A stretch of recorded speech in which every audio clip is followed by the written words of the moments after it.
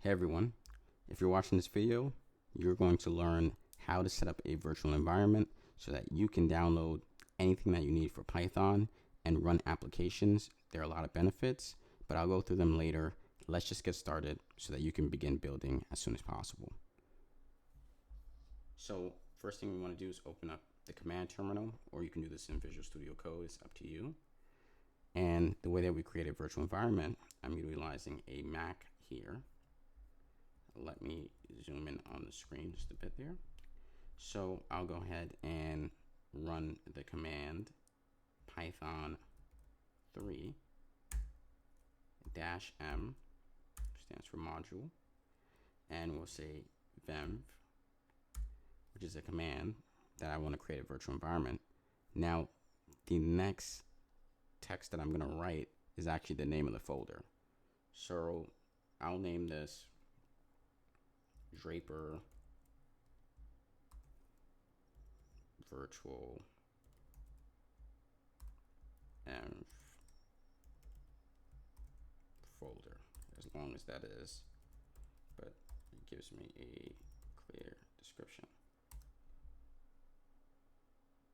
Okay, great. So now our virtual environment is created. However, we actually have not activated yet. So the first thing we want to do is activate this virtual environment.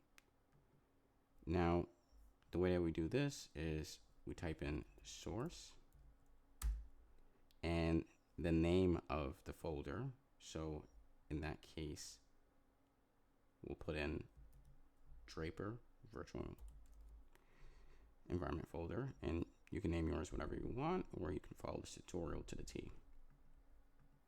At this point, I want to put a slash here, and then I'm going to put bin/activate,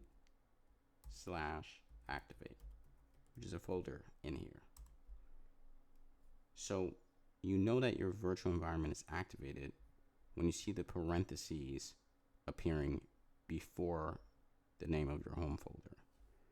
So now that I have the virtual environment set up, I can begin installing packages in there. And it's really simple. So let's say I wanted to install Jupyter. Well, I can install Jupyter notebooks. Just utilize pip.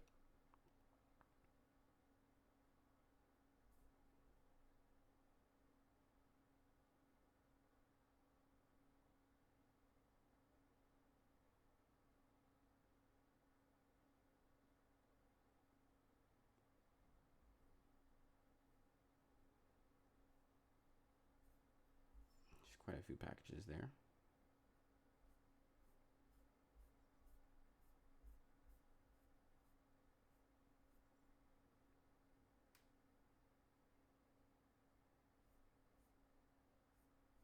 Okay, well, this is going on forever, so